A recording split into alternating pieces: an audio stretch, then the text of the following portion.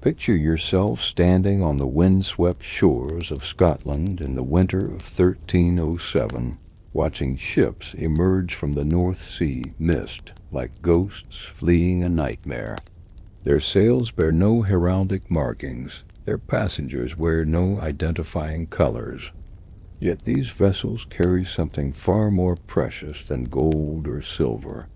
They carry the remnants of the most powerful military order in medieval Europe, and possibly the greatest secret in Christian history. What if the Holy Grail was never lost at all? What if it found its way to the one kingdom in Europe where papal authority held no sway, protected by men who had sworn blood oaths to guard it with their lives? What if the greatest treasure hunt in human history should have been looking not in France or Spain or the Holy Land, but in the misty highlands of Scotland? You're about to discover why Scotland became the last stronghold of the Knights Templar, and why a small chapel built in the 5th-10th century might hold the answer to a mystery that has captivated humanity for over 7 centuries. This isn't just a story about medieval knights or religious artifacts. It's about the survival of dangerous knowledge, the preservation of sacred bloodlines, and the creation of secret societies that continue to influence world events to this day. The story begins on Friday the 13th of October, 1307, a date that would become synonymous with bad luck, but which marked the beginning of one of history's greatest escapes. At dawn on that fateful morning, King Philip IV of France ordered the simultaneous arrest of every Knight Templar within his kingdom. The charges were heresy, blasphemy, and worship of false idols, but the real motivation was far simpler. Philip owed the Templars an enormous debt that he had no intention of repaying. But the mass arrests that were supposed to destroy the order forever had a fatal flaw. Somehow, many of the most important Templars had received advance warning. When Philip's agents arrived at Templar commanderies across France, they found buildings largely emptied of both men and treasure. The order's vast fleet had vanished from French ports during the night, taking with them not just escaping knights, but also the accumulated wealth and sacred artifacts that had made them the most powerful organization in medieval Europe. Where did they go?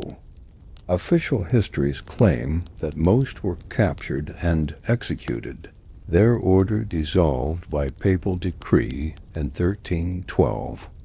But evidence suggests that a substantial number of Templars, along with their most precious possessions, found refuge in the one European kingdom where they could remain beyond the reach of both French royal authority and papal persecution. Scotland in 1307 was a nation at war with England, and therefore already in conflict with the established order of medieval Europe.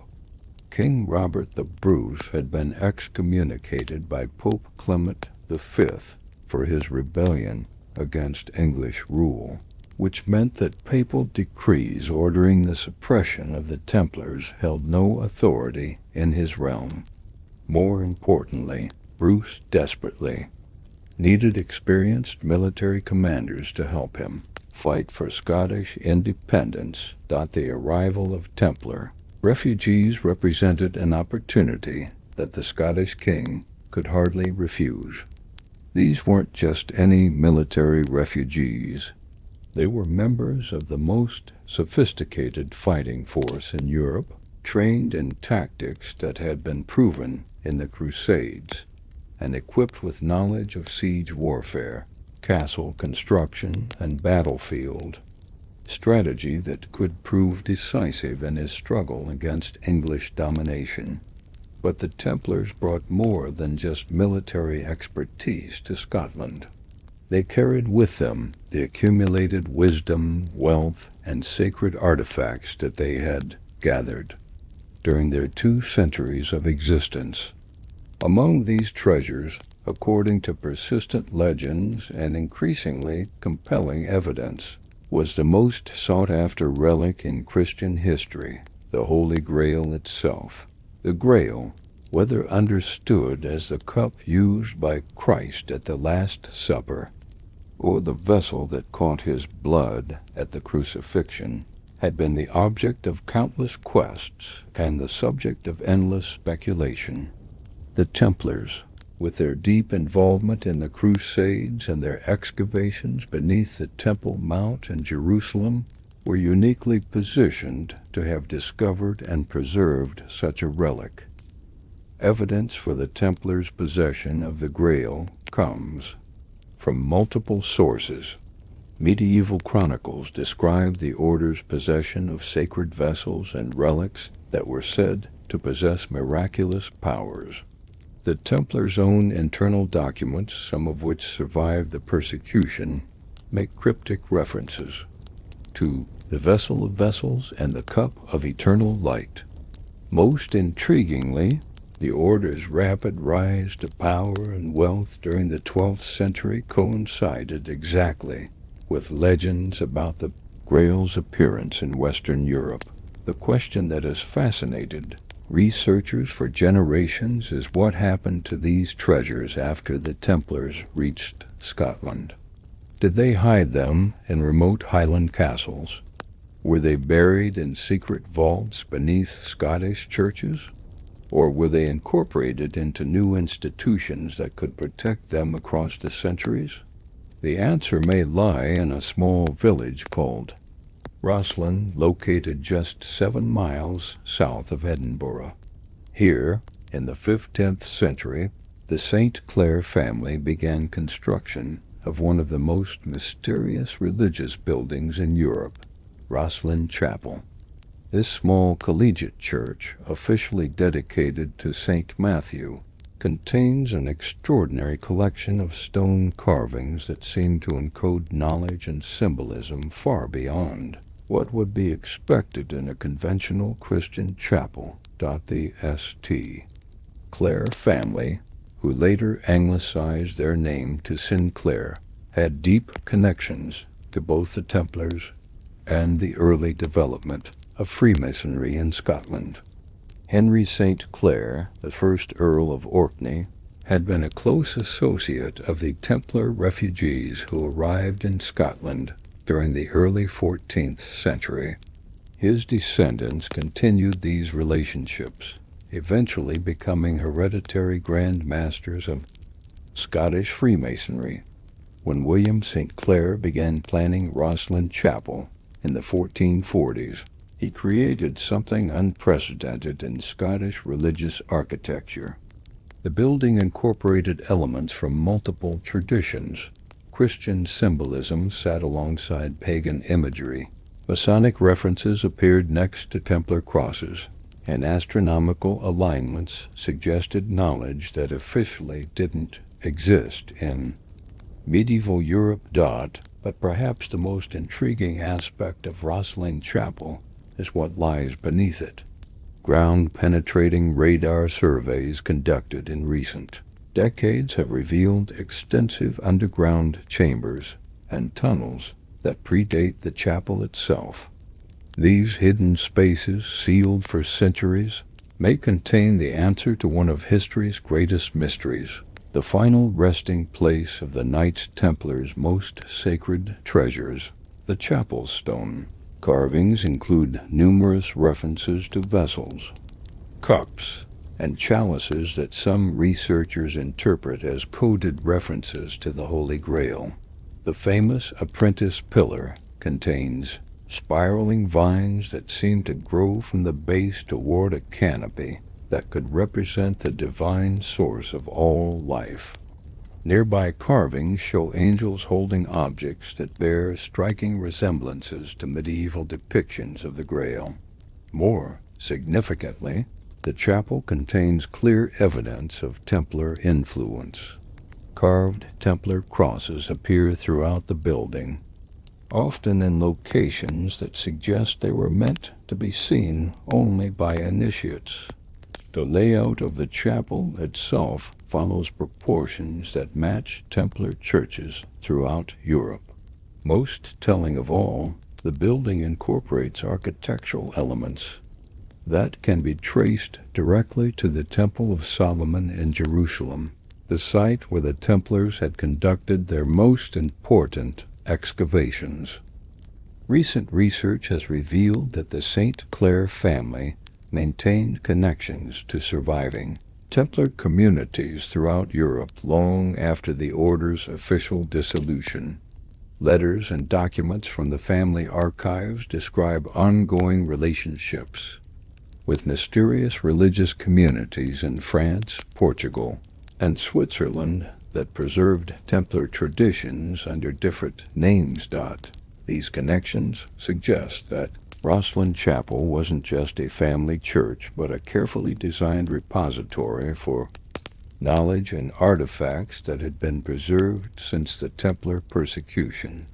The building's complex symbolism, underground chambers, and ongoing association with secret societies all point toward a continuing mission that began with the order's flight from France in 1307. Today, Roslin Chapel attracts thousands of visitors each year, most drawn by its connections to popular culture and conspiracy theories. But serious researchers continue to believe that the small Scottish chapel holds genuine historical secrets that could revolutionize our understanding of medieval history and religious development. The question isn't whether the Templars reached Scotland or whether they brought treasures with them. Historical evidence confirms both facts. The real mystery is what happened to those treasures, and whether they remain hidden beneath the stone floors of a chapel that was built to keep secrets for eternity.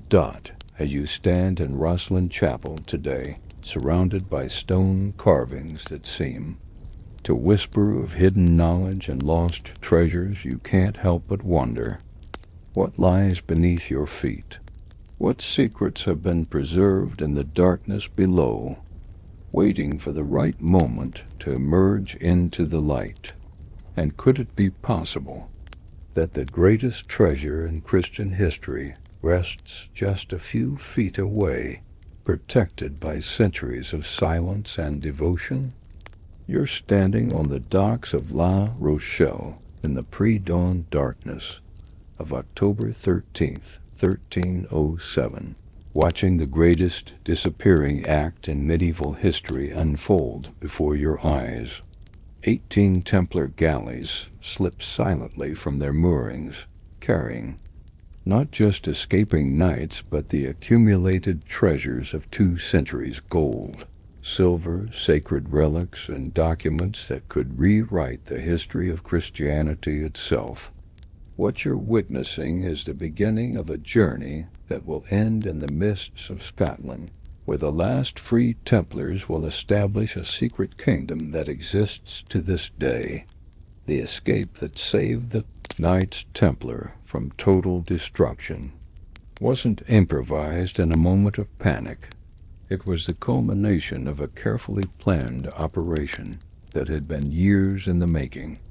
By 1305, the order's leadership had become increasingly aware that King Philip IV of France was preparing to move against them. The king's crushing debts to the Templars, combined with his desperate need for their wealth, made confrontation inevitable. Grand Master Jacques de Molay and his inner circle had learned painful lessons from the destruction of other military orders. The Knights of the Temple of Solomon in Jerusalem had been caught unprepared when political winds shifted against them. The Templars were determined not to repeat those mistakes. Beginning in 1304, they quietly began implementing what they called the Preservation Protocol, a systematic plan for protecting their most valuable assets and most important personnel. The protocol involved multiple components designed to ensure the order's survival, even if its public structure was destroyed. Financial assets were diversified and moved to institutions beyond French royal reach. Important documents were copied and distributed to secure locations throughout Europe. Most critically, preparations were made for the rapid evacuation of key personnel and sacred objects if circumstances required immediate action. The Templar fleet that escaped from La Rochelle represented the culmination of these preparations.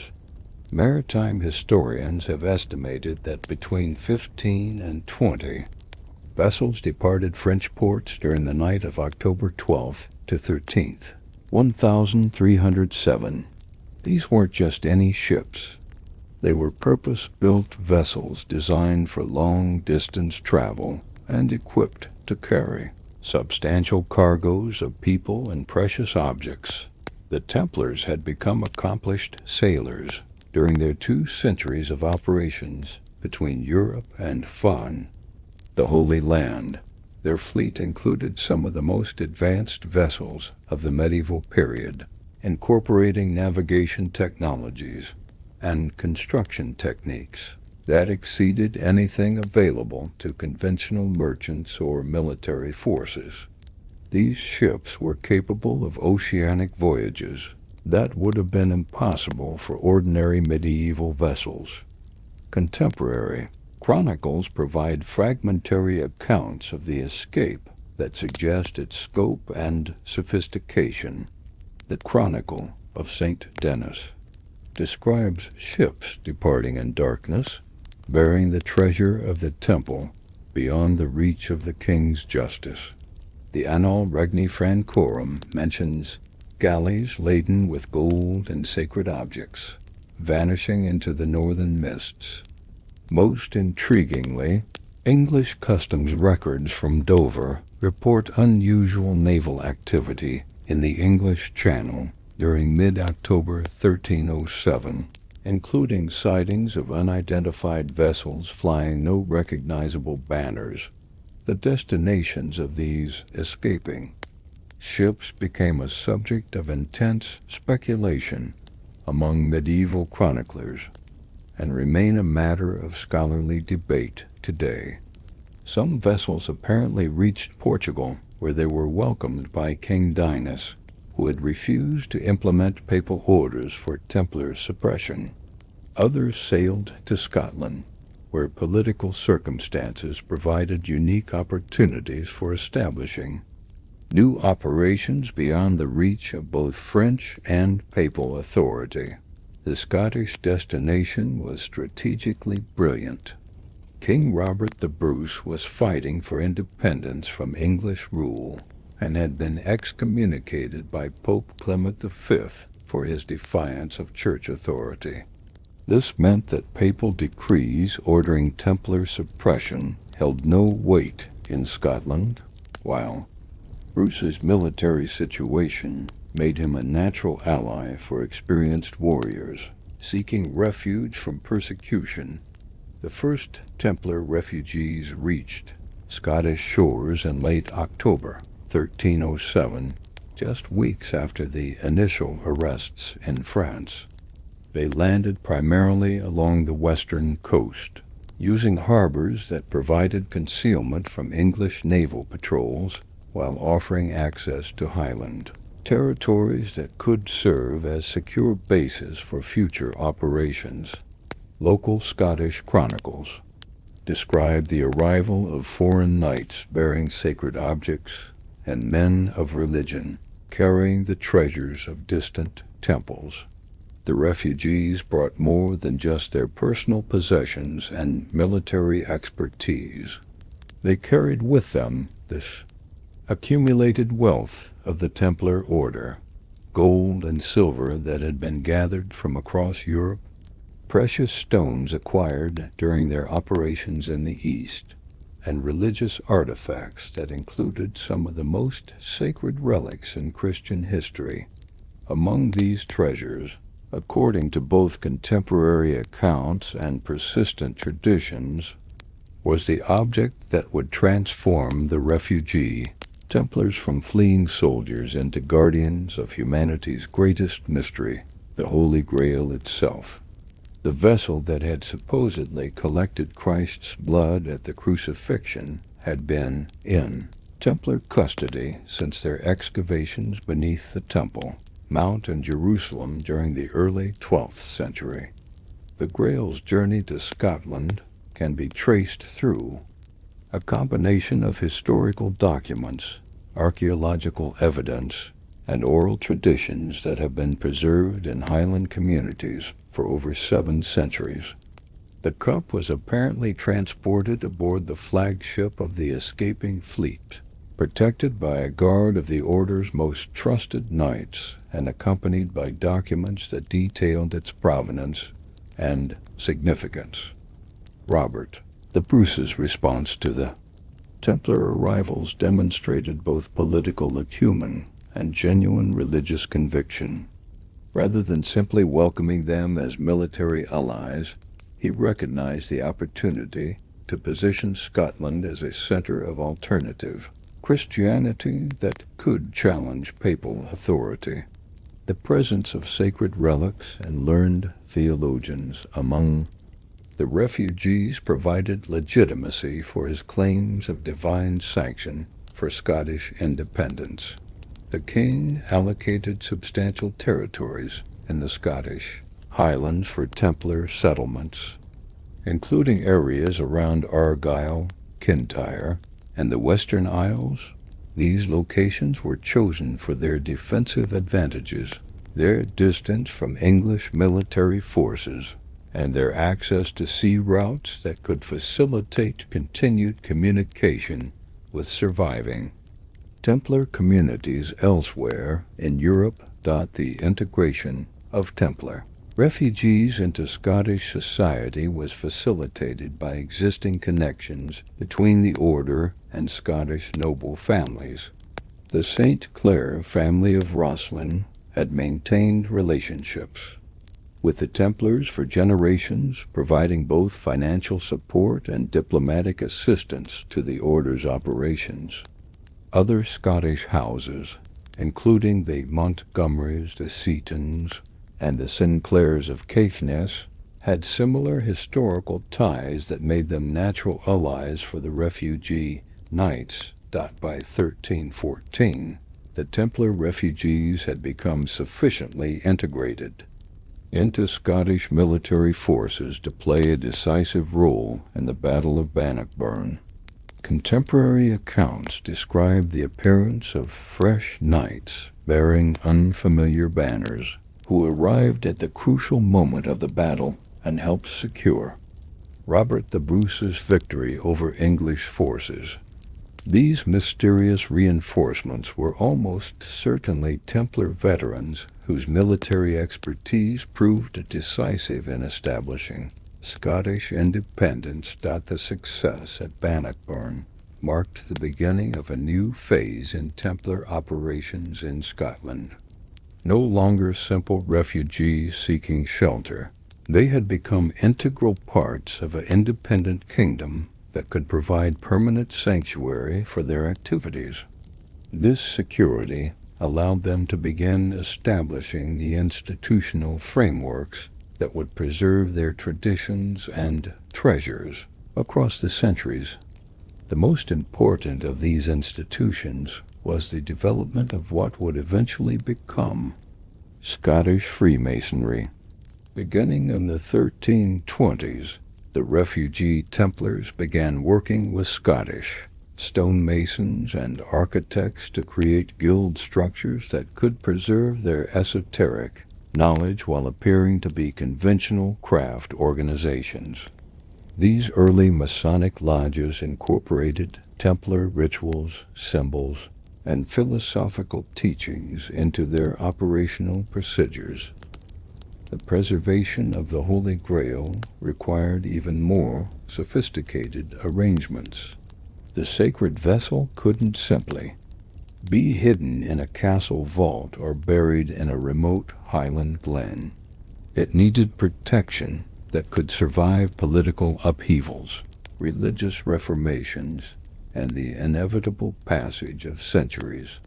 The solution that emerged would eventually culminate in the construction of Roslin Chapel, but its foundations were laid during these early decades of Templar settlement in Scotland. 1320. The former Knights Templar had effectively disappeared as a distinct organization, while their essential elements had been absorbed into Scottish institutions that could provide permanent protection for their mission. They had achieved something that no other persecuted medieval organization had managed: complete transformation that preserved their core purposes while providing absolute security from external threats. The Great Escape of 1307 represents more than just a successful evacuation of personnel and treasure from French persecution. It was the beginning of a new chapter in the Templar story, one that would see their most sacred responsibilities transferred to institutions and families that could maintain them across the centuries. The Holy Grail had found its way to Scotland, where it would remain hidden but protected, waiting for the day when it could safely be revealed to a world that had evolved enough to understand its true significance. You're in the great hall of Scone Palace in the winter of 1308, where firelight dances across stone walls as two desperate men forge an alliance that will change the course of history. Robert the Bruce, recently crowned King of Scots, but excommunicated by the Pope and hunted by English forces, sits across from a man whose white mantle bears the red cross of the Knights Templar. Between them lies not just the promise of military aid, but the foundation of a secret kingdom that will protect Christianity's greatest treasures for 7 centuries.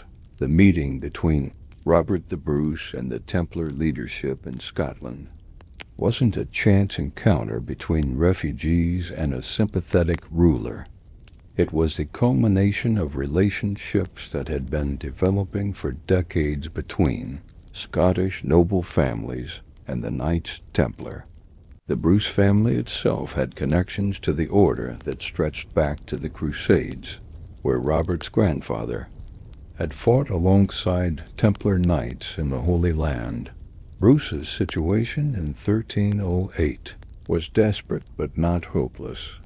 His claim to the Scottish throne was disputed by both English forces and rival Scottish claimants.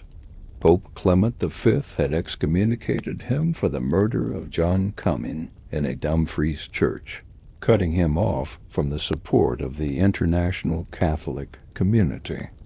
Yet these very circumstances that isolated him from conventional medieval power structures made him an ideal ally for the exiled Templars. The refugee knights brought more than just military expertise to their negotiations with Bruce. They possessed detailed intelligence about European political developments, financial resources that exceeded those of many kingdoms, and, most importantly, legitimacy that could challenge papal authority. The Templars claimed to possess sacred relics and secret knowledge that proved their direct connection to Christ's mission, making them potentially more authoritative on religious matters than the corrupt papal court at Avignon. Bruce recognized immediately that an alliance with the Templars could provide him with advantages that conventional diplomacy could never achieve. Their military skills were legendary, their financial resources were substantial, and their claims to religious legitimacy could provide divine sanction for his rebellion against both English rule and papal interference. Most intriguingly, their possession of sacred relics could transform Scotland into a pilgrimage destination that would rival Jerusalem itself. The negotiations between Bruce and the Templar leadership extended through the winter of 1308 to 1309 and involved far more than simple military alliance. They were creating the framework for a new kind of kingdom, one that would operate according to principles derived from Templar interpretations of Christianity, rather than conventional medieval political structures. This hidden Scotland would exist alongside the public kingdom, providing sanctuary for dangerous knowledge and sacred objects that couldn't safely be revealed to the medieval world.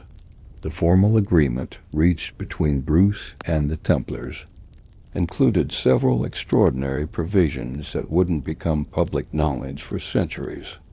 The king granted the refugee knights substantial territories in the Scottish Highlands, including areas that would remain effectively independent of royal authority. In exchange, the Templars agreed to provide military service when required and to share their financial resources for the defense of Scottish independence. More significantly, the agreement established what the documents called the Sacred Trust, a commitment by the Scottish Crown to protect and preserve the religious relics and esoteric knowledge that the Templars had brought from France. This wasn't just a promise to provide physical security. It was an acknowledgement that Scotland would become the guardian of Christianity's most dangerous secrets. The Sacred Trust required the creation of institutions that could maintain their protective responsibilities across generations of rulers and changing political circumstances.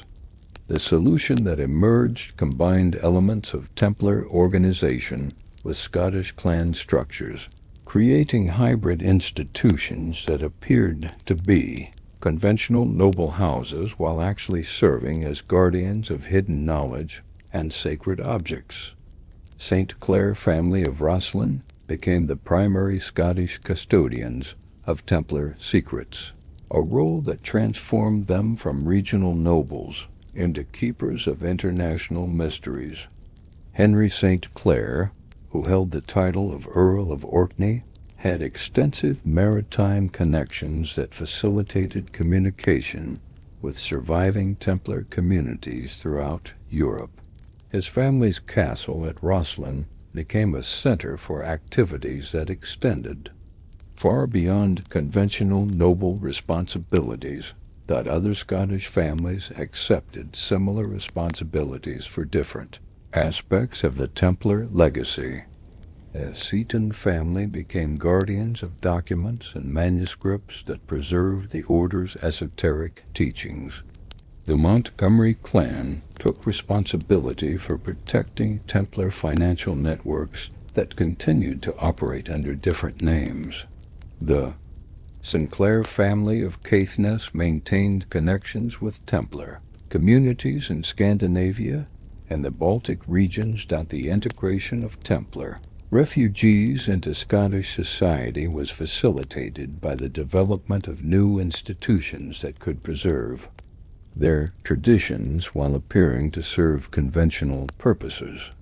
The most important of these was the evolution of craft guilds, particularly those associated with stone masonry and metalworking, into organizations that could transmit Templar knowledge across generations.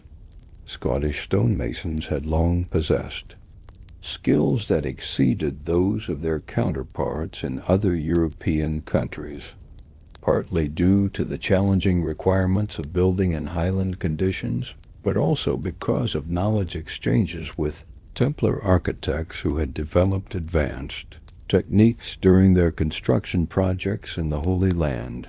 The refugee knights brought additional expertise that transformed Scottish masonry into something approaching a secret science. The fusion of Templar esoteric knowledge with Scottish craft traditions created the foundations of what would eventually become modern Freemasonry.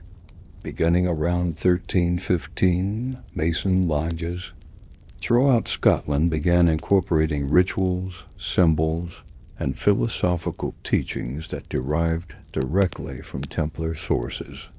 These early Masonic organizations served as cover for preserving and transmitting knowledge that couldn't safely be maintained through conventional religious or academic institutions. The military alliance between Bruce and the Templars proved its value at the Battle of Bannockburn in 1314, where their intervention at the crucial moment helped secure Scottish victory over a much larger English force.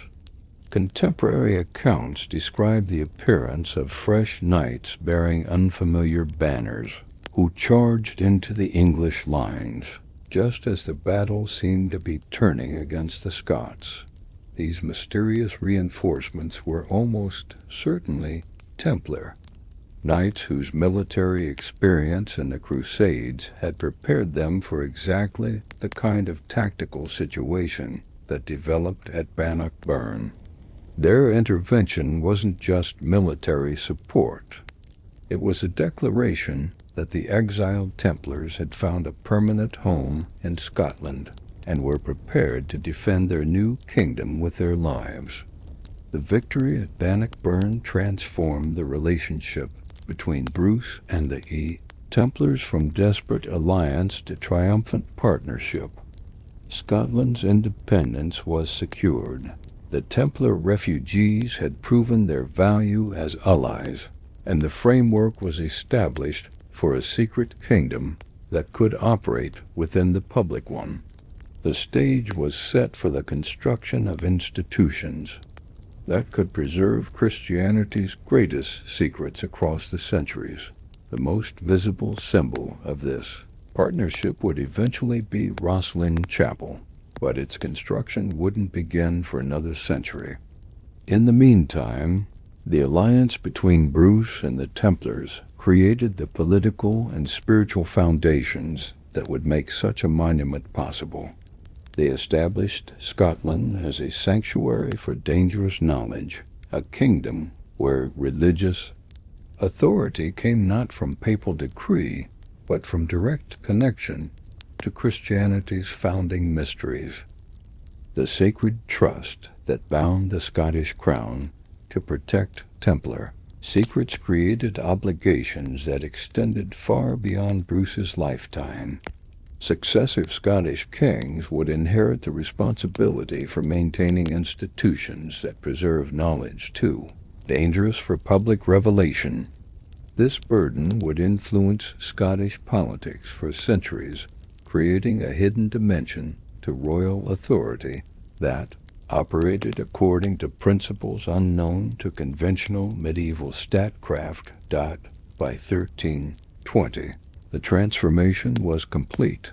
The exiled Knights Templar had successfully established a new kind of kingdom in Scotland, one that existed simultaneously in the public realm of medieval politics and the hidden realm of esoteric Christianity. They had created institutions that could preserve their sacred treasures and dangerous knowledge across any future persecution, while providing their host kingdom with advantages that conventional allies could never offer. The Holy Grail had found its permanent home in Scotland, protected not just by castle walls and Highland geography, but by a network of families and organizations that understood their sacred responsibilities. The cup that had caught Christ's blood now rested in a kingdom that had committed itself to preserving Christianity's most dangerous truths until the world was ready to receive them. You're standing in a mason's workshop in Roslin Village in the year 1446, watching the most ambitious construction project in Scottish history take shape. William St. Clair, the 3rd Earl of Orkney, has commissioned something unprecedented, a chapel that will encode the accumulated secrets of the Knights Templar into stone. creating a permanent repository for knowledge too dangerous to trust to written documents. Every carving, every pillar, every architectural detail will serve a dual purpose, appearing to glorify God, while actually preserving mysteries that could revolutionize human understanding of Christianity itself. The decision to build Roslin Chapel wasn't made lightly or suddenly. It represented the culmination of nearly 150 years of careful planning by the St. Clair family and their Templar allies.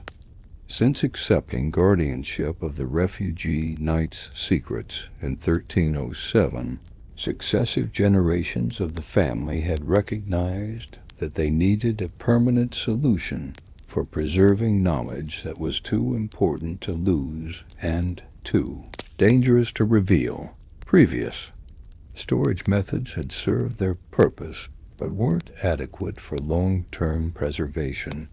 Important documents and artifacts had been hidden in castle vaults, distributed among trusted families, and concealed in remote Highland locations. While these arrangements provided security, they also created risks that materials could be lost through accidents, discovered by hostile forces, or simply forgotten as knowledge passed from one generation to the next. The concept of encoding secrets into architectural features had been pioneered by the Templars themselves during their construction projects in the Holy Land. Churches, castles, and other buildings throughout Templar territories incorporated symbolic systems that preserved important information in forms that would survive even if all written records were destroyed. These techniques had been refined during the Order's exile in Scotland, where Mason lodges had become centers for developing new methods of architectural encoding. William St. Clair inherited both the responsibility for Templar secrets and the knowledge necessary to create permanent preservation systems. As hereditary Grand Master of Scottish Masonry, he had access to craft techniques that exceeded anything available to conventional medieval builders. More importantly, he possessed documents that detailed the theological and historical knowledge that needed to be preserved through architectural symbolism. The site chosen for Roslin Chapel was as significant as the building itself. The St. Clair Castle at Roslin sat atop a rocky outcrop that had been considered sacred since pre-Christian times. Celtic Druids had conducted rituals in the area, Romans had built shrines to their gods, and early Christians had established churches that incorporated elements from earlier religious traditions. The location provided both practical advantages and symbolic significance for a project designed to unite multiple wisdom traditions. The chapel's design process required unprecedented collaboration between architects, theologians, and craftsmen who understood both conventional Christian symbolism and the esoteric traditions preserved by the exiled Templars. Teams of masons worked from detailed plans that encoded multiple layers of meaning into every decorative element. Surface imagery that appeared to depict biblical scenes actually contained references to Templar discoveries, Gnostic teachings, and pre-Christian wisdom traditions. Construction began in 1456 and continued for nearly 40 years, far longer than would have been required for a building of Roslin's size under normal circumstances. The extended timeline reflected the complexity of the encoding work and the need for absolute secrecy about the chapel's true purpose. Many of the craftsmen involved in the project were sworn to secrecy about specific details of their work, while only a select few understood the overall plan. The most remarkable feature of Roslin Chapel is its stone carvings, which represent the most complex symbolic system ever incorporated into a medieval building. Over 200 carved stone cubes project from the walls and ceiling, each one decorated with unique patterns that collectively encode vast amounts of information. These cubes have been compared to a medieval computer system, with each element serving as a storage device for specific types of knowledge. The famous apprentice pillar demonstrates the sophistication of the chapel's symbolic encoding. The pillar's spiraling vines appear to grow from the base toward a decorative canopy, creating a visual representation of the tree of life that appears in multiple mystical traditions. Hidden within the carving are mathematical relationships that encode astronomical data, while the overall design incorporates proportions that reflect sacred geometry principles discovered by the Templars in Jerusalem. More overtly Templar symbols appear throughout the chapel, though they're often disguised or incorporated into seemingly Christian contexts. Carved Templar crosses can be found in locations that suggest they were meant to be recognized only by initiates. The chapel's proportions match those of the Temple of Solomon, while certain architectural elements reproduce features that the Templars had discovered during their excavations. Beneath the Temple Mount, the chapel's most intriguing features are its direct references to vessels and cups that many researchers interpret as coded representations of the Holy Grail. Carved angels throughout the building hold objects that bear striking resemblances to medieval depictions of this sacred chalice. The altar area includes stone work that seems designed to draw attention to the concept of divine vessels, while hidden chambers beneath the chapel floor may contain the actual artifacts that these carvings represent. Archaeological investigations conducted since the 1980s have revealed that Roslin Chapel sits atop extensive underground chambers and tunnels that predate the building itself. Ground-penetrating radar surveys have identified multiple sealed rooms beneath the chapel floor, including spaces that appear to be specifically designed for storing precious objects. These hidden chambers have never been excavated, partly due to concerns about structural damage to the chapel, and partly because of legal restrictions imposed by organizations that claim hereditary rights to the site.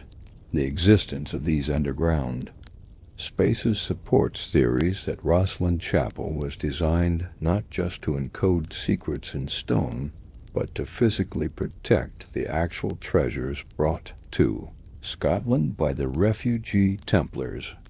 The Holy Grail itself may rest just a few feet beneath the chapel floor, protected by both physical barriers and the network of families and organizations that have maintained their guardianship responsibilities for over 700 years. The chapel's connection to Freemasonry provides additional evidence for its role as a Templar treasure repository.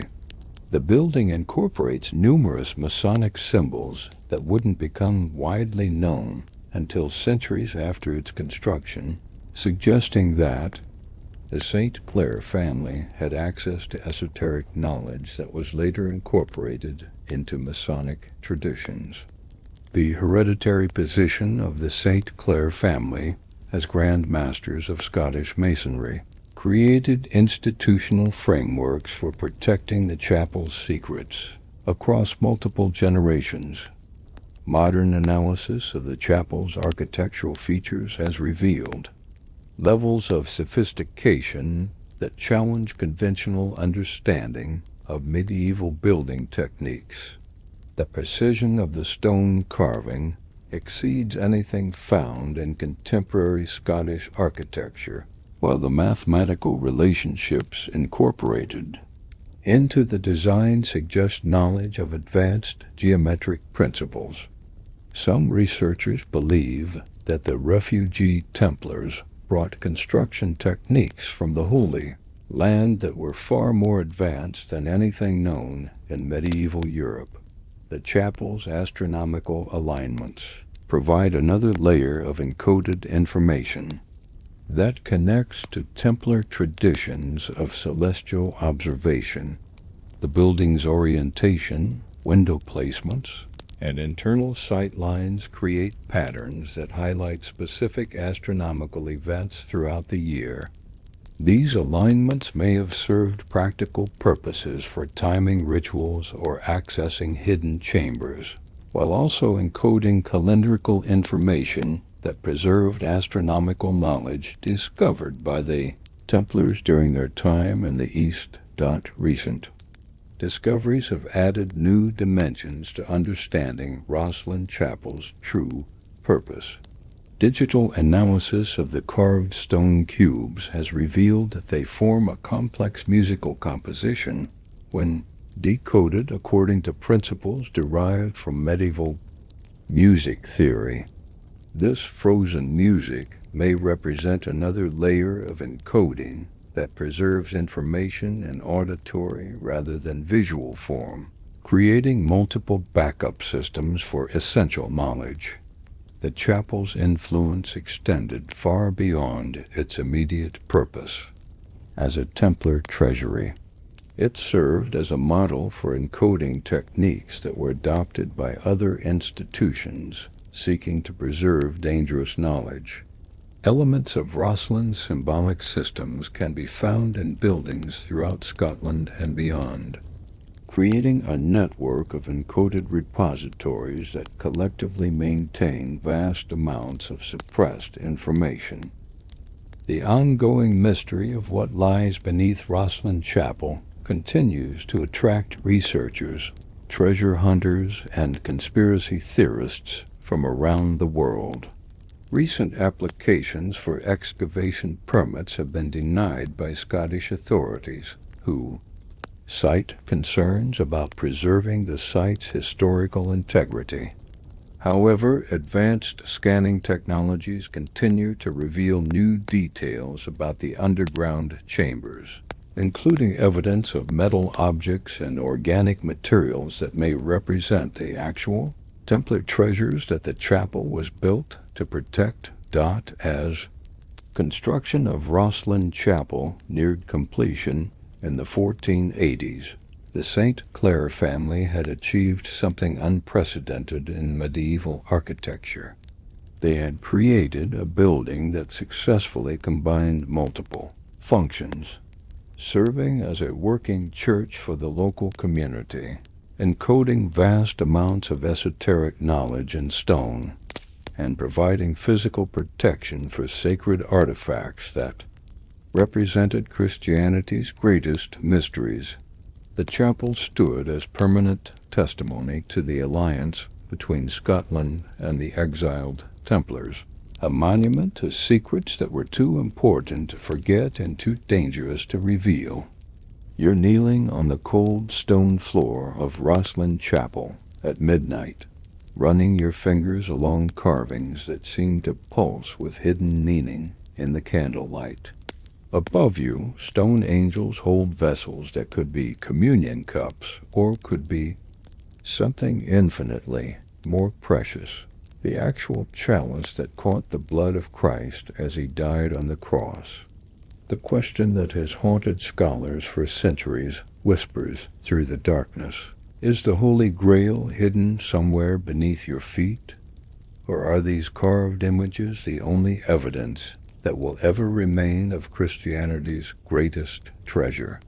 The Holy Grail has captured human imagination for over 8 centuries, inspiring countless quests, literary works, and scholarly investigations.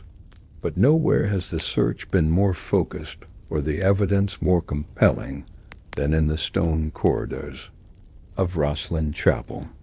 The building contains more references to grails, chalices, and sacred vessels than any other structure in Europe, creating a concentration of grail imagery that seems far too deliberate to be coincidental. The theoretical framework for understanding the Grail's presence at Roslin begins with the Knights Templars' documented excavations beneath the Temple Mount in Jerusalem during the 12th century. Historical records confirm that the Templars spent nearly a decade conducting systematic archaeological investigations in the ruins of Solomon's Temple, discoveries that transformed them from a small group of impoverished knights into the most powerful military order in medieval Europe. Contemporary accounts describe the Templars' discovery of sacred vessels and relics of immeasurable value during their Jerusalem excavations. The Copper Scroll, one of the Dead Sea Scrolls discovered in 1947, provides a detailed inventory of treasures hidden beneath the Temple Mount before its destruction by Roman forces in 70 CE. Among the items listed are sacred cups and vessels of divine service that match medieval descriptions of grail-like objects. The transformation of the Templar order following their Jerusalem discoveries suggests that they found something far more significant than conventional treasure. Their rapid accumulation of wealth, their unusual religious practices, and their claims to possess sacred knowledge all point toward discoveries that transcended material value.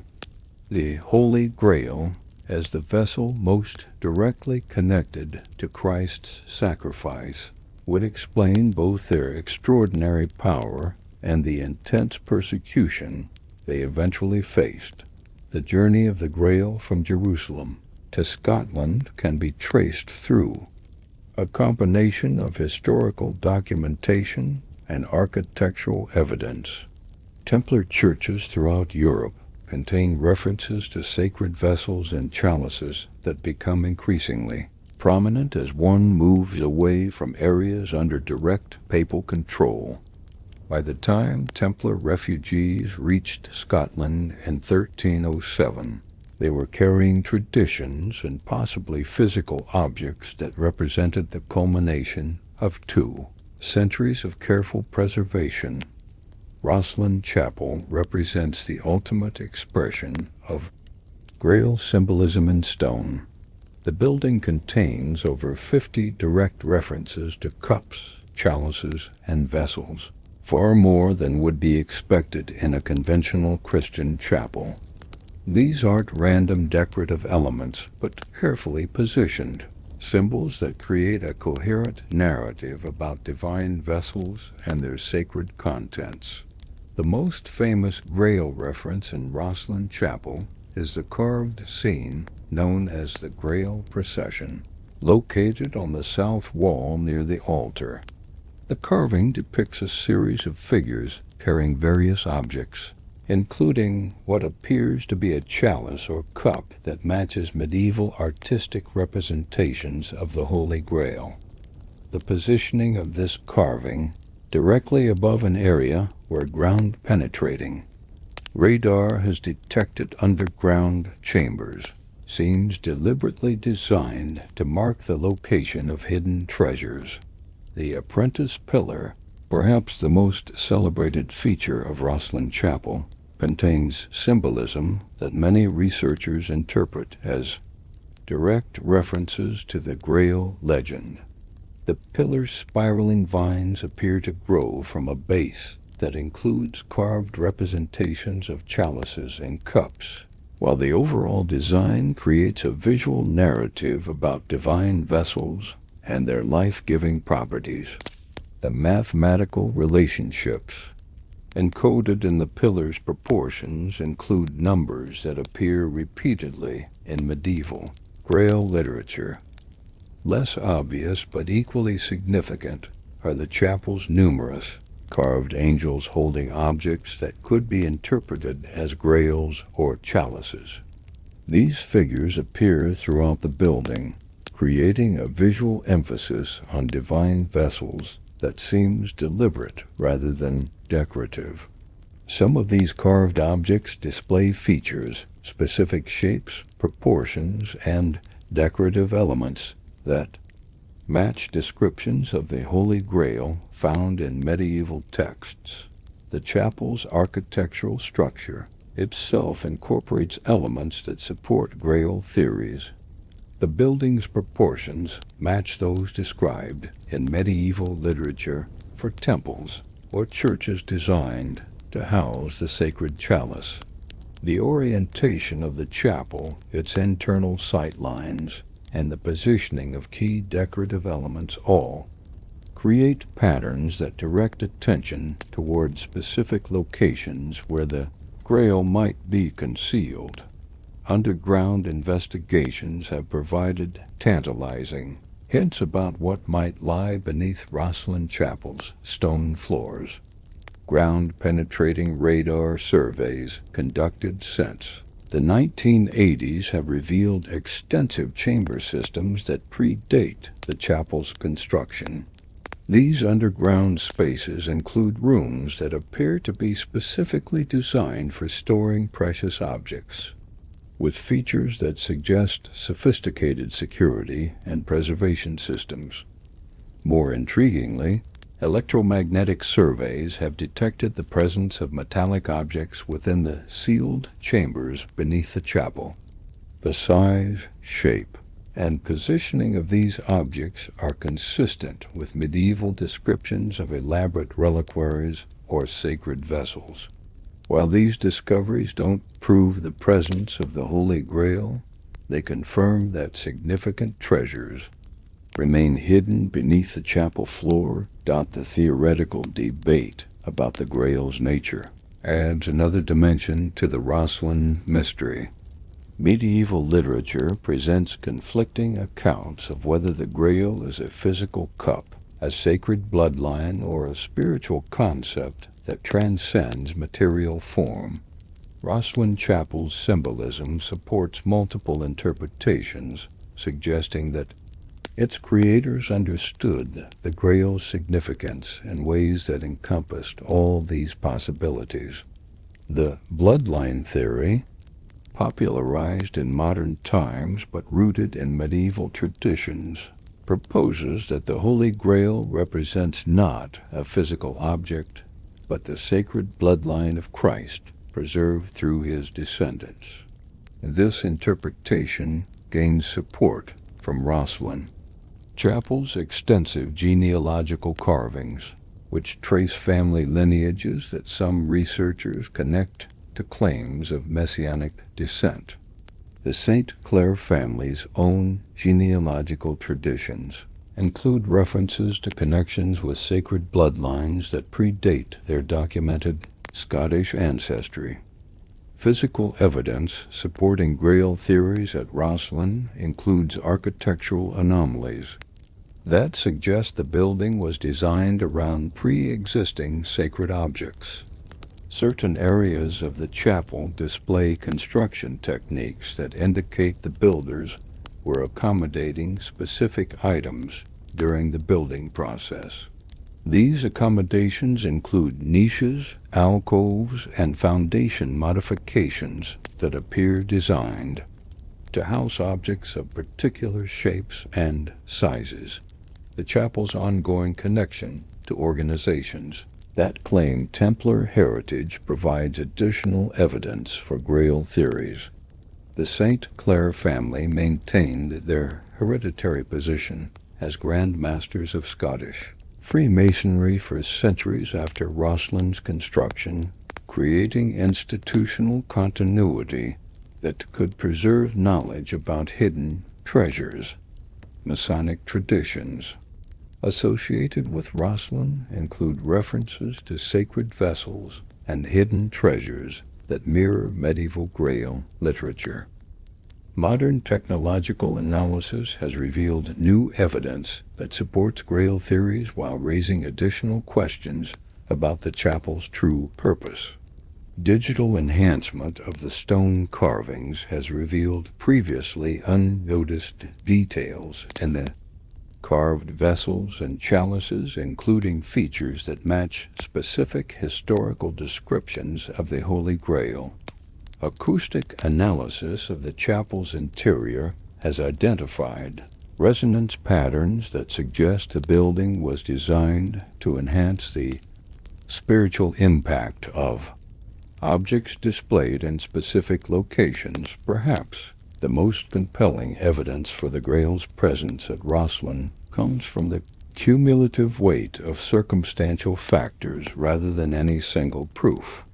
The historical connections between the St. Clair family and the refugee Templars, the chapel's extraordinary concentration of Grail symbolism, the confirmed existence of underground treasure chambers, and the ongoing secrecy surrounding excavation attempts all point toward the preservation of something far more significant than conventional religious artifacts. The question facing modern researchers isn't whether Roslin Chapel contains references to the Holy Grail.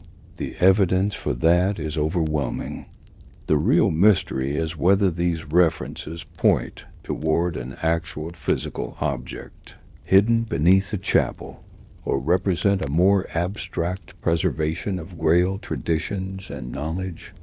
Either possibility would confirm Roslin's status as one of the most significant religious sites in the world, a place where Christianity's greatest mystery has been preserved across the centuries.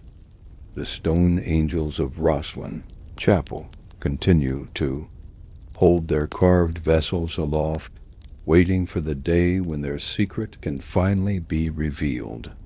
Whether that revelation will unveil an actual chalice or something even more precious, the preserved knowledge of humanity's spiritual heritage, remains to be discovered by those brave enough to look beyond this surface of carved stone into the hidden chambers of history itself. You're standing in the lodge room of the Mother Kilwinning Lodge in Ayrshire, surrounded by symbols that trace their origins back 7 centuries to the refugee Knights Templar who found sanctuary in Scotland.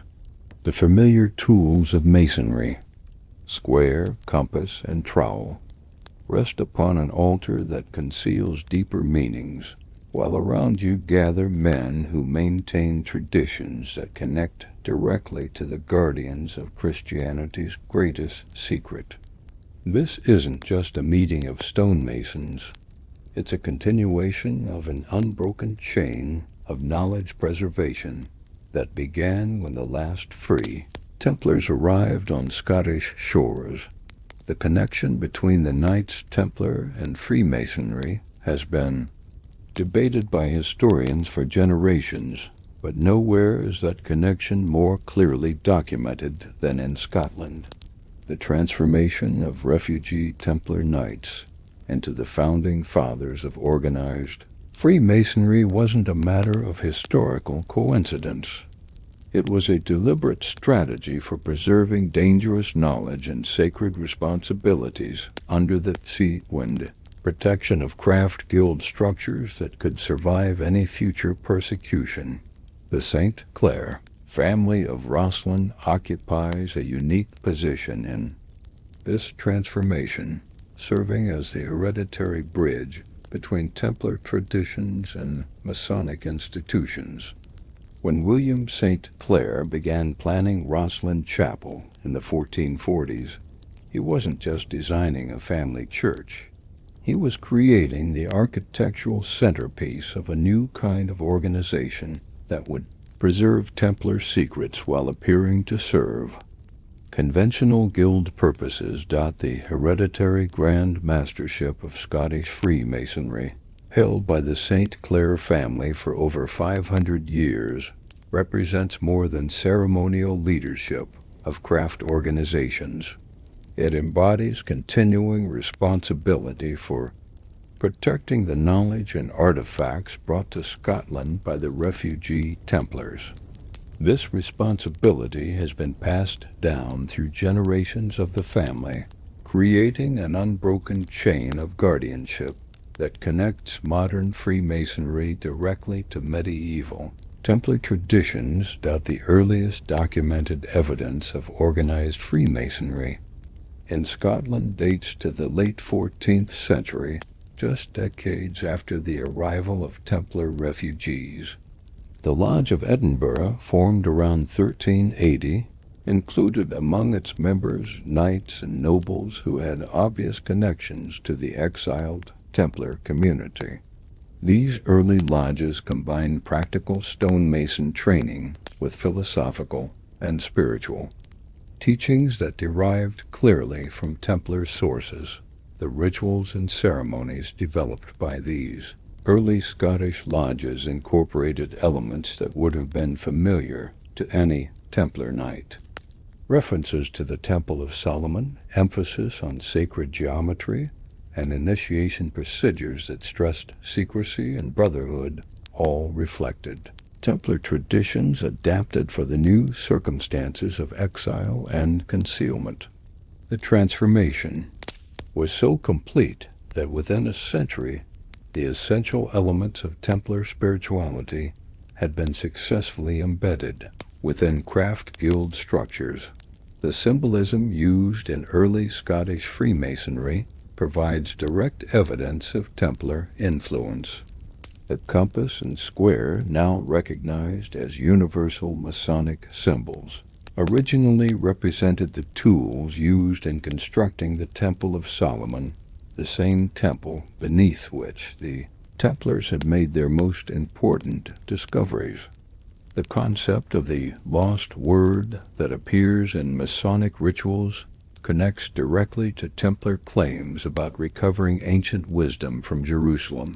More specifically, Scottish Masonic traditions preserve references to sacred vessels and hidden treasures that mirror the Grail legends associated with the Templars. The Royal Arch degree, which developed in Scottish lodges during the 17th century, includes ceremonies that explicitly reference the discovery of sacred objects beneath temple foundations. These rituals may preserve actual memories of Templar discoveries transformed into symbolic representations for initiates who understand their true significance.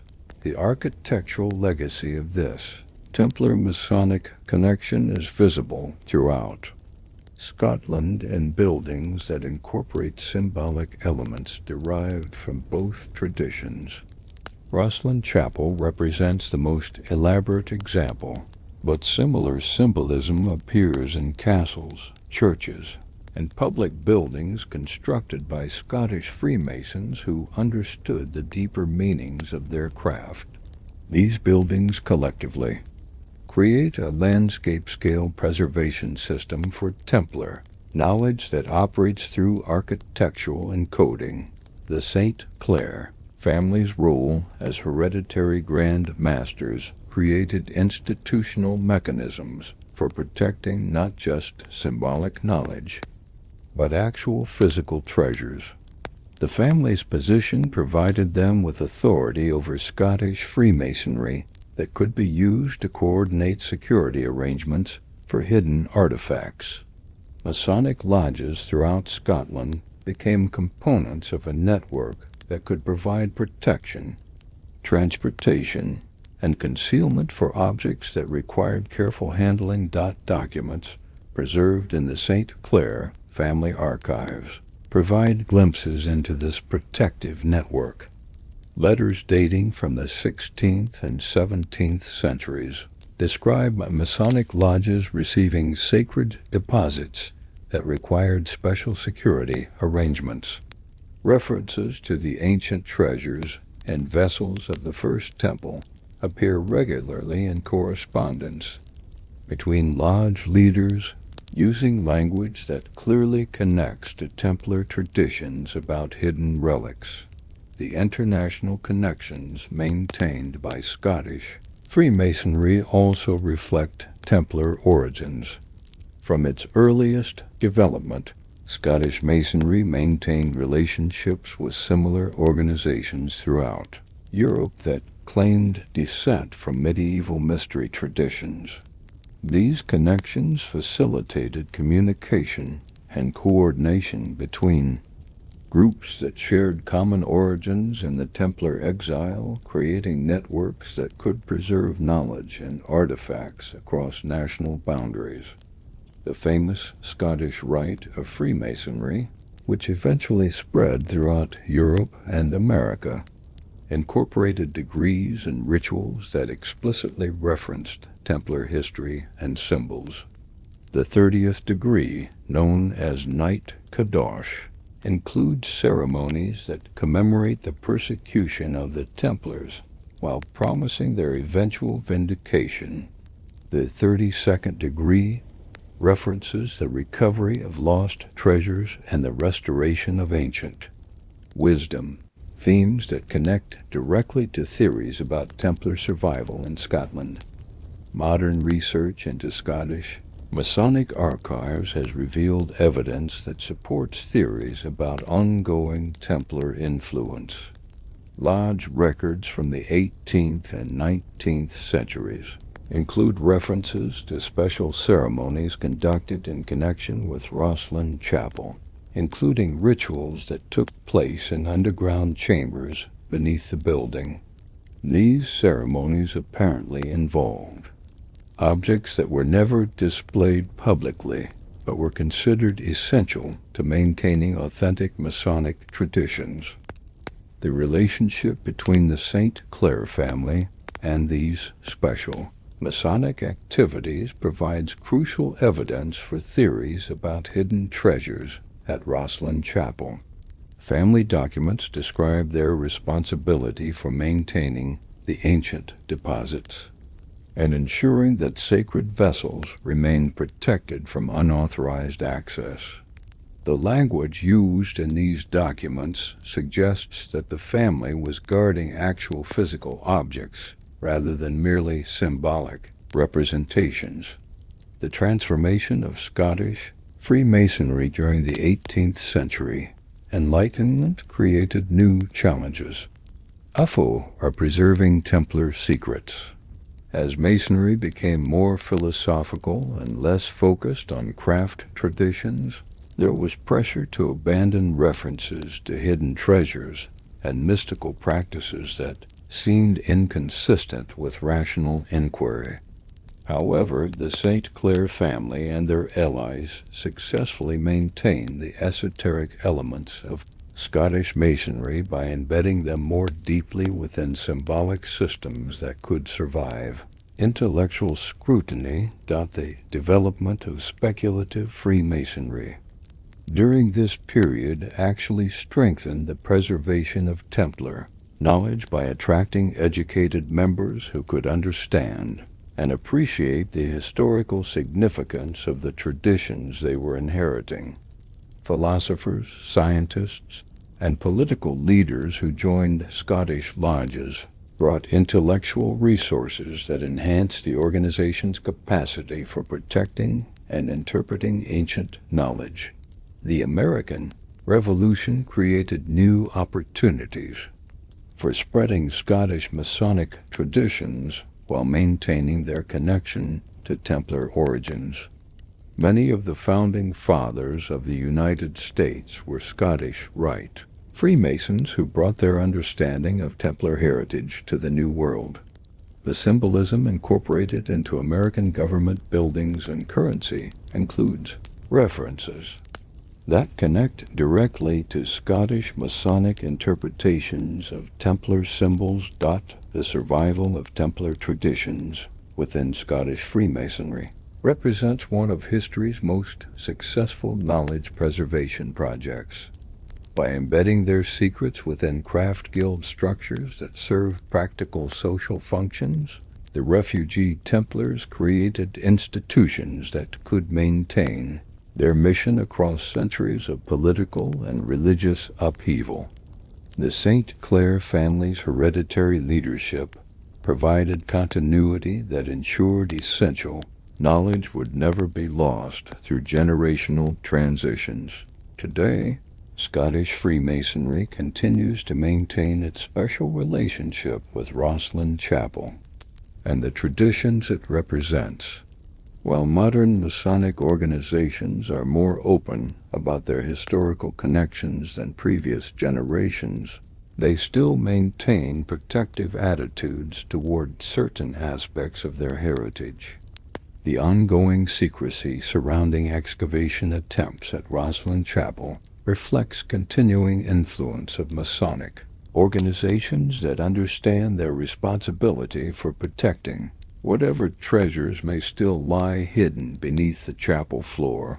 The Brotherhood of Stone and Secret that began with refugee Templars and evolved into Scottish Freemasonry represents more than just an interesting historical connection. It embodies the continuing presence of medieval mysteries in the modern world, maintained by organizations that understand their sacred responsibility for preserving knowledge and artifacts that could transform human understanding of religious history and spiritual potential. You're watching a ground-penetrating radar screen and a high-tech trailer parked outside Roslin Chapel, where 21st century technology meets 700-year-old mysteries. The green lines and digital readouts reveal what human eyes cannot see, a complex network of chambers, tunnels, and metal objects lying beneath the chapel floor.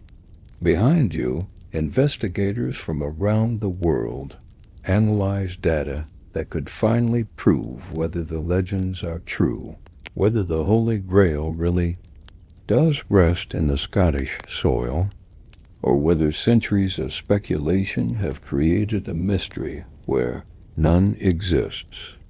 The modern investigation of Roslin Chapel began in earnest during the 1980s, when advances in archaeological technology made it possible to explore beneath buildings without causing structural damage.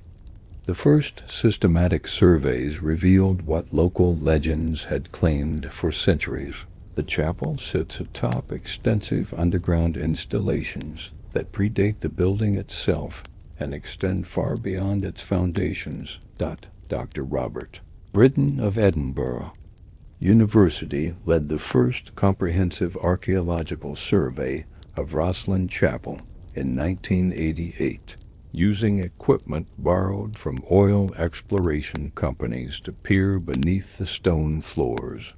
His initial findings confirmed the existence of at least 3 distinct levels of underground chambers, with the deepest extending more than 20 feet below the chapel's foundations. The chambers showed clear evidence of human construction, with stone-lined walls and arched ceilings that demonstrated sophisticated medieval engineering. More intriguingly, electromagnetic sensors detected the presence of metallic objects within the sealed chambers. The size and distribution of these objects suggested not random artifacts but carefully arranged collections, possibly treasures that had been deliberately placed for long-term preservation. However, the Scottish authorities refused to grant permission for excavation, citing concerns about preserving the chapel's structural integrity and historical significance. The restrictions on excavation created a unique situation where researchers could detect but not access potentially world-changing discoveries. This limitation forced investigators to develop increasingly sophisticated remote sensing techniques that could provide more detailed information about the hidden chambers and their contents. By the 1990s, multiple international teams were using Roslin Chapel as a testing ground for archaeological technologies that pushed the boundaries of non-invasive investigation. The most significant breakthrough came in 1998 when a joint American-British team led by Dr. Michael Bentley used quantum resonance imaging to create detailed three-dimensional maps of the underground spaces. The resulting images revealed not just chambers, but furniture, storage containers, and objects that appeared to be carefully arranged rather than randomly deposited. Most remarkably, one room contained what appeared to be an altar or table with a single object placed precisely at its center. The shape and size of this central object matched medieval descriptions of elaborate chalices or ceremonial cups, leading to intense speculation that the investigators had finally located the Holy Grail itself. However, the imaging technology couldn't determine the object's composition or provide the definitive proof. That would settle centuries of debate about the Grail's existence and location. Public interest in these discoveries exploded during the late 1990s, partly due to popular novels and films that featured Roslin Chapel as a repository for ancient secrets. The success of the Da Vinci Code brought millions of visitors to the chapel, creating both opportunities and problems for serious researchers. Increased funding became available for investigation, but the site also became associated with conspiracy theories and sensational claims that obscured legitimate archaeological work. The challenge facing modern investigators was separating fact from fiction in an environment where legends, historical evidence, and popular culture had become thoroughly entangled. Professional archaeologists found themselves competing for attention with treasure hunters, conspiracy theorists, and amateur researchers whose enthusiasm often exceeded their understanding of proper scientific methodology. Despite these complications, legitimate research continued to produce remarkable discoveries. Digital enhancement of the chapel's stone carvings revealed previously unnoticed details that supported theories about encoded information and hidden symbols. Computer analysis of the building's proportions confirmed mathematical relationships that connected to both Templar traditions and medieval mystical practices.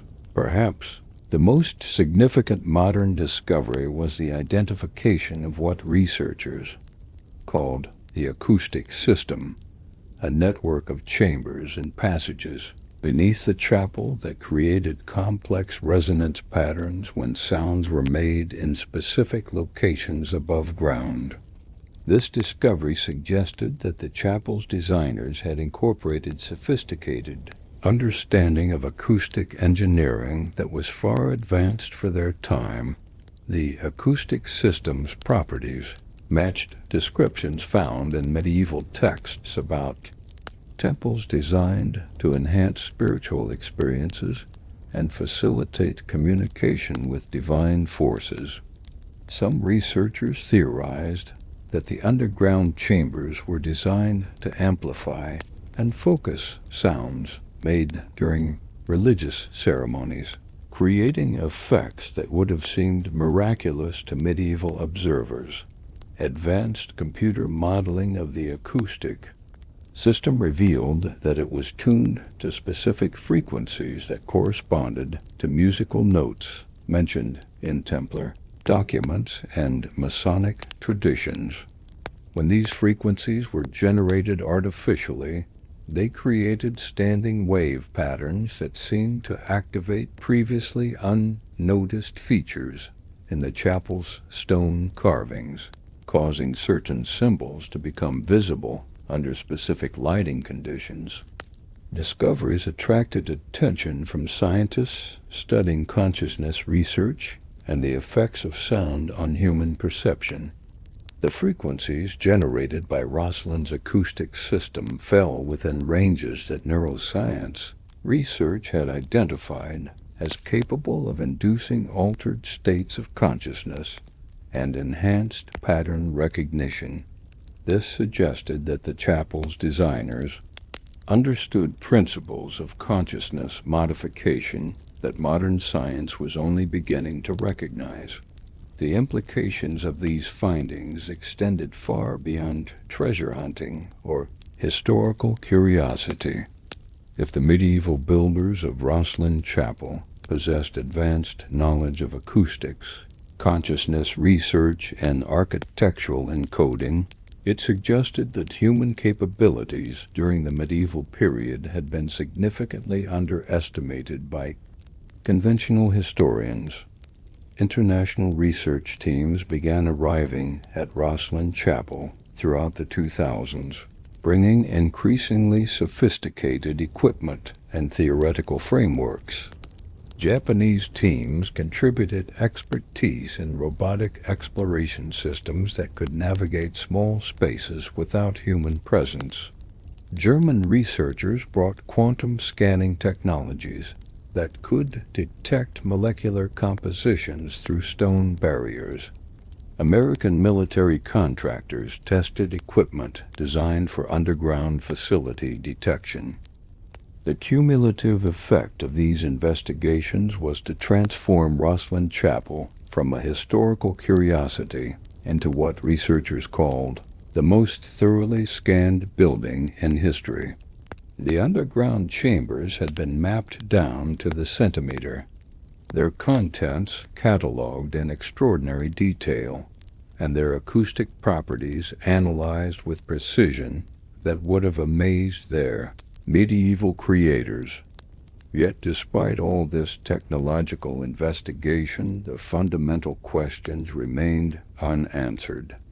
The authorities continued to refuse excavation permits, leaving researchers with detailed knowledge of what lay beneath the chapel, but no means of accessing it directly. The objects detected in the underground chambers remained tantalizingly visible on scanning equipment, but physically beyond reach. This situation created ongoing frustration among researchers while generating endless speculation among the general public. Conspiracy theories flourished in the absence of definitive evidence, with various groups claiming that the refusal to allow excavation proved the existence of secrets too dangerous for public revelation. Others argued that the authorities were protecting the site from treasure hunters who might damage archaeological evidence in their eagerness to find valuable objects. The legal and political complexities surrounding Roslin Chapel reflected the challenge of managing sites that existed at the intersection of legitimate historical research, popular culture, and potentially world-changing discoveries. The chapel was simultaneously a working church, a historical monument, a tourist attraction, and possibly the repository for Christianity's greatest secrets.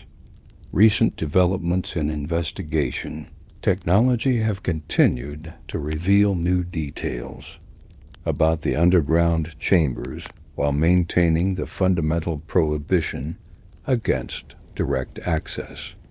Micro-robotic probes have been developed that could theoretically explore the chambers through microscopic gaps in the stone flooring, but permission for such investigations has not been granted. The ongoing mystery of what lies beneath Roslin Chapel has created a unique situation in modern archaeology where the technology exists to answer fundamental questions about human history, but political and legal constraints prevent its application. The result is a modern treasure hunt, where the treasure has been located but cannot be claimed, where the greatest discoveries remain just beyond reach of even the most advanced investigation techniques. As you stand in Roslin Chapel today, surrounded by centuries of speculation and decades of sophisticated investigation, the mystery remains as compelling as ever. Beneath your feet lie chambers that could contain the Holy Grail, documents that could rewrite Christian history, or artifacts that could transform understanding of medieval capabilities. The question is no longer whether something remarkable lies hidden beneath the chapel, but whether it will ever be revealed to a world that may not be ready for the truths it contains. You stand at the threshold of revelation, where 7 centuries of carefully guarded secrets converge into a truth that will challenge everything you thought you knew about Christianity, medieval history, and the power of human faith to preserve the impossible. The mystery of Roslin Chapel and its connection to the Knights Templar isn't just about a lost cup or hidden treasure. It's about the survival of dangerous knowledge and the transformation of persecution into preservation, creating a legacy that continues to influence the world in ways that most people never recognize. The truth begins with understanding what the Knights Templar actually discovered beneath the Temple Mount in Jerusalem during the 12th century. Historical evidence suggests they found far more than conventional treasures or religious relics. They discovered proof that the foundations of Christianity were more complex and more ancient than official church doctrine acknowledged. Among these discoveries was evidence that Jesus of Nazareth had indeed used a specific cup during the Last Supper, and that this vessel had been preserved by his followers as a sacred relic. But the Grail's significance extended beyond its physical connection to Christ's final meal. The Templars found documentation suggesting that the cup had been used in earlier religious traditions, connecting Christianity to mystery schools and spiritual practices that predated the birth of Christ by centuries. This discovery implied that Jesus was not founding an entirely new religion, but was actually restoring and fulfilling ancient wisdom traditions that had been partially lost or deliberately suppressed. The vessel itself, according to documents discovered by modern researchers in sealed Templar archives, was made from a stone that displayed unusual properties. Medieval accounts describe it as seeming to generate its own light and affecting the consciousness of those who approached it, with proper preparation and reverence. These effects weren't supernatural phenomena, but the result of natural properties that the ancients understood, but that medieval science couldn't explain. The Templars' excavations also uncovered texts that described techniques for consciousness, expansion, and spiritual development that had been practiced in the Temple of Solomon. These practices weren't just theoretical philosophy, but practical methods for accessing enhanced awareness and spiritual capabilities. The knights who studied these techniques developed abilities that gave them enormous advantages in warfare, diplomacy, and financial management. When the Templars brought the Holy Grail to Scotland in 1307, they weren't just preserving a religious artifact. They were protecting a technology for consciousness development that could transform human potential if properly understood and applied. The cup's physical properties served as a focal point for meditative practices that could enhance intuition, pattern recognition, and what modern researchers would call extrasensory perception. The alliance between the refugee Templars and Robert the Bruce represented more than political convenience. Bruce himself had been exposed to these consciousness enhancement techniques and had experienced their practical benefits in his struggle for Scottish independence. The king's victory at Bannockburn wasn't just the result of superior military tactics. It reflected the application of enhanced awareness capabilities that allowed him to anticipate and counter English strategies with uncanny precision. The construction of Roslin Chapel served multiple purposes that extended far beyond, creating a hiding place for physical treasures. The building was designed as a consciousness amplification device, using architectural principles and acoustic properties that enhanced the effects of the spiritual practices preserved by the Templars. The chapel's complex symbolism wasn't just decorative. It created visual programming that helped visitors access enhanced states of awareness. The underground chambers beneath Roslin Chapel do indeed contain the Holy Grail, but not in the way that most treasure hunters imagine.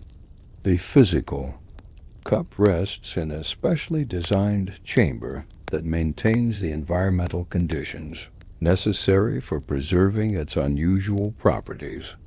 However, the real treasure isn't the object itself, but the knowledge of how to use it properly, knowledge that has been preserved by the St. Clair family and their Masonic allies for over 7 centuries. The ongoing secrecy surrounding excavation permits at Roslin Chapel reflects not just bureaucratic caution but genuine concern about the implications of revealing the Grail to an unprepared world. The consciousness enhancement techniques associated with the cup require careful preparation and ethical development to be used safely. In the wrong hands, these capabilities could be used for manipulation and control rather than spiritual development. Modern scientific analysis of the electromagnetic anomalies detected beneath Roslin Chapel has revealed that the underground chambers generate energy fields that affect human brain function in measurable ways.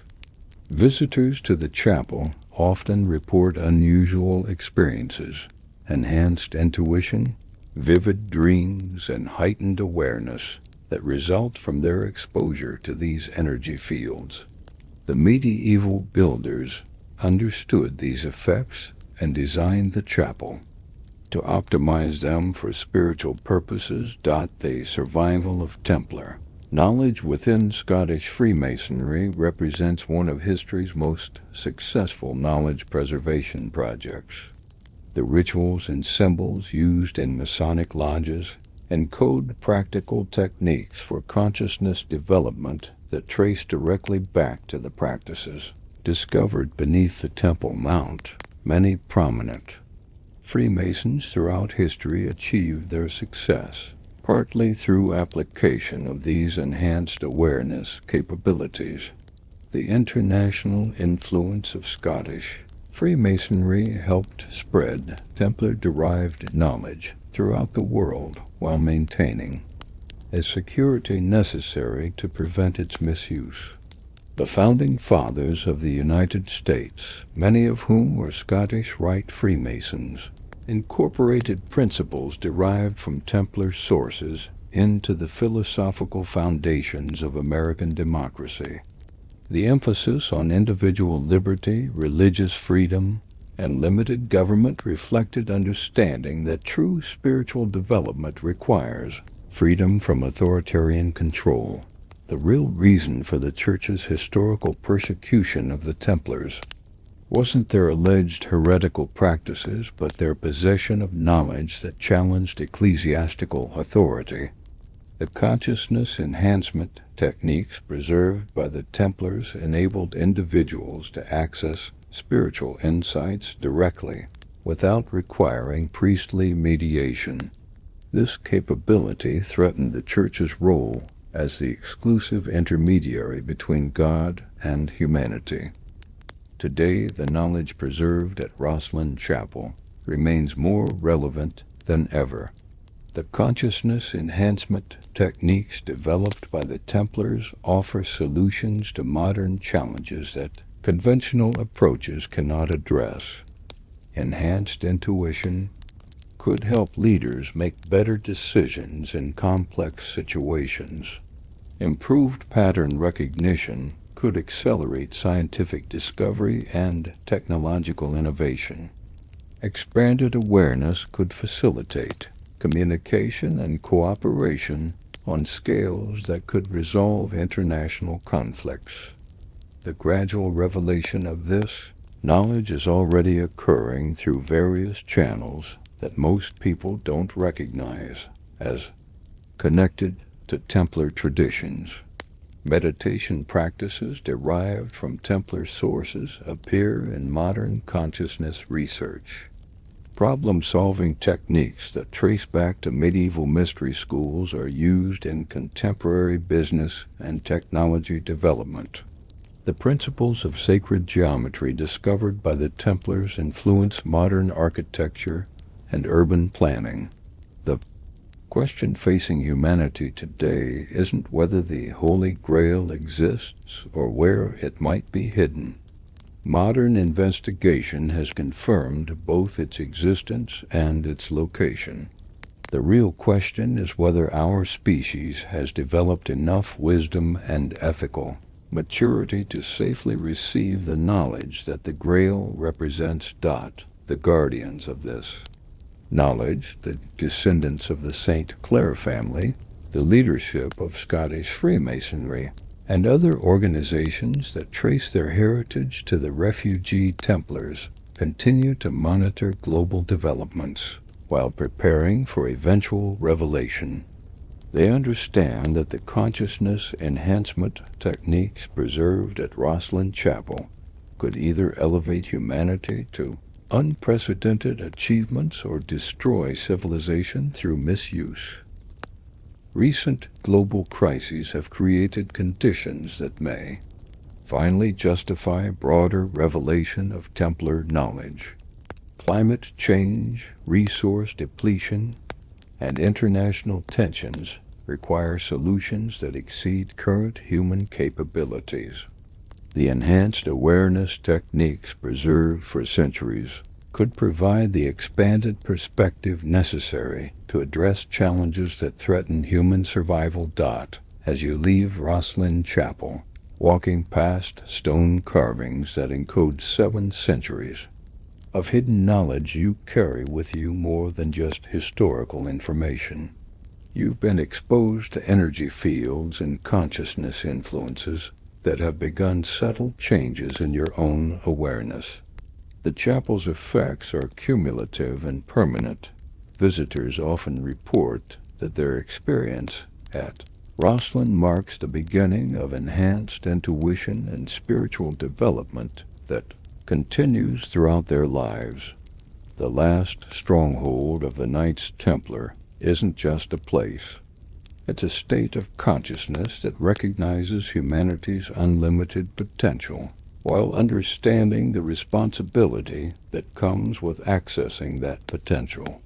The Holy Grail hidden in Scotland represents not just Christianity's greatest treasure, but humanity's inheritance, capabilities that have been carefully preserved across dark ages, waiting for the moment when our species proves worthy of its true destiny.